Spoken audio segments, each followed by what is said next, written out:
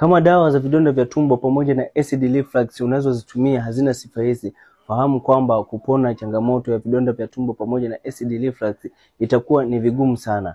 Sifa ya kwanza, ziwe zinaenda kuua bakteria wa H pylori na kuponyesha majeraha ambayo yapo ndani ya ukuta wa tumbo, lakini kuongeza uteute ndani ya tumbo ili tumbo lisije likadhurika tena.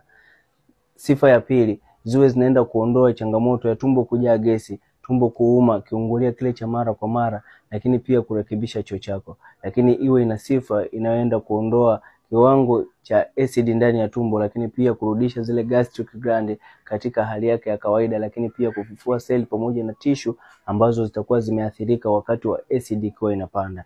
Lakini sifa ya mwisho iwe ina sifa ambayo inaenda kuondoa cholesterol, lakini pia kuzibua mirija ambayo itakuwa imeziba na kufanya detoxification ndani ya mwili ili upone changamoto yako kwa haraka zaidi. Sasa basi, usiendelee kuteseka na vidonda vya tumbo pamoja na acid reflux.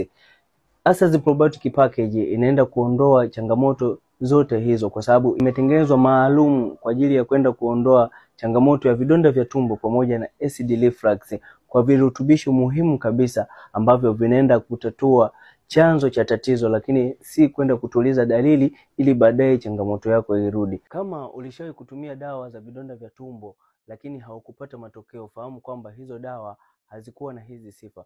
Kama unatumia dawa za vidonda vya tumbo na haupati unafuu wowote, fahamu kwamba hizo dawa pia hazina hizi sifa. Vidonda vya tumbo pamoja na acid reflux vinatibika, lakini kwa formula. Chukua namba yangu hapo kwenye bio au kwenye caption, nitakusaidia.